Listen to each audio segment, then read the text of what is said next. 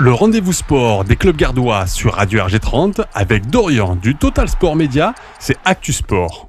Bonjour et bienvenue sur Actu Sport, ça y est, c'est le début de la semaine et on va commencer cette chronique avec du handball et le HBC Aramon qui recevait Saint-Afrique et défaite des Aramonais 24-27, même si les Aramonais se seront bien battus du début jusqu'à la fin, les Aramonais n'auront pas à rougir de cette défaite.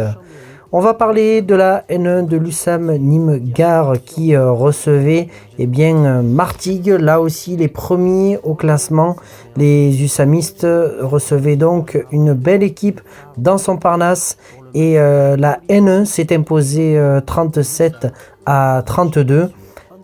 Il me semble, tu me diras si je me trompe mon cher Sylvain, mais je crois que tu dois quelque chose aux joueurs. C'était lui qui était aux commentaires sur Total Sport Media et je crois qu'il y a un pari qui a été remporté par les joueurs. On va parler de la Green Team de Yann Balmossière, nouvel entraîneur nommé au poste avec Jérôme Chauvet.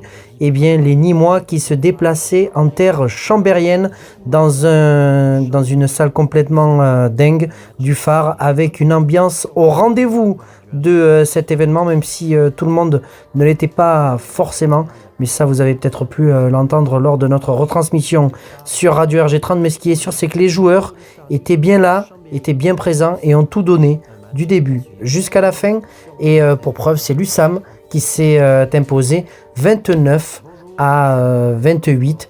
On écoute d'ailleurs les derniers instants de cette rencontre et on écoutera de suite après la réaction de Julien Rebichon. Merci de nous suivre en tout cas sur Radio RG30.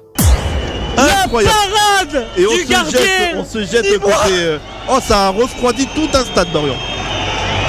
Allez, Oh là la là. balle est pour l'USAM. Et on se jette de partout. Attention aux erreurs de main, attention. Et voilà la main qui est levée. 10 secondes. 10 secondes à jouer. 10 secondes à jouer. Oh là là, la balle Le ballon perdu. 5 secondes. Il reste 7 secondes à jouer. 3, 2, 1. C'est fini.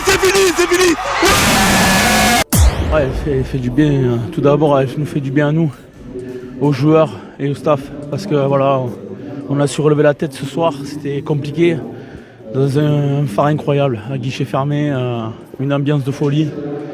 Et voilà, on s'était dit que maintenant, on allait jouer les matchs avec notre ADN. Qu'on perde, qu'on gagne. Bien sûr qu'on préfère gagner à chaque fois. Mais qu'on le perde avec nos valeurs. Qu'on le perde comme des chiens sur le terrain. Qu'on soit les uns là, les uns pour les autres. Et qu'on ait du sang-froid dans les moments faibles. À des moments, on aurait pu exploser ce soir. Parce que même avec l'enchaînement des négatifs, j'ai envie de dire, avec les nombreuses défaites qu'on a eues ces derniers temps, on aurait pu exploser quand Chambé repasse devant à la fin, quand Chambé est à +3. Mais chacun a fait son travail ce soir. Chacun a tout donné pour ses copains, pour lui d'abord, pour ses copains après, pour tout le staff, pour les gens qui sont dans le bureau et qui nous encouragent, pour les supporters qui nous aident dans les messages sur les réseaux sociaux ou même directement, même s'il y en a qui sont des fois difficiles avec nous. Et voilà, on reste des humains et parfois c'est difficile. Et le plus important, c'est qu'il faut garder la tête haute. Et ce soir, on a retrouvé l'ADN de l'USAM. On a tous la tête haute et je peux vous dire qu'on est fiers de nous parce qu'on a tout donné.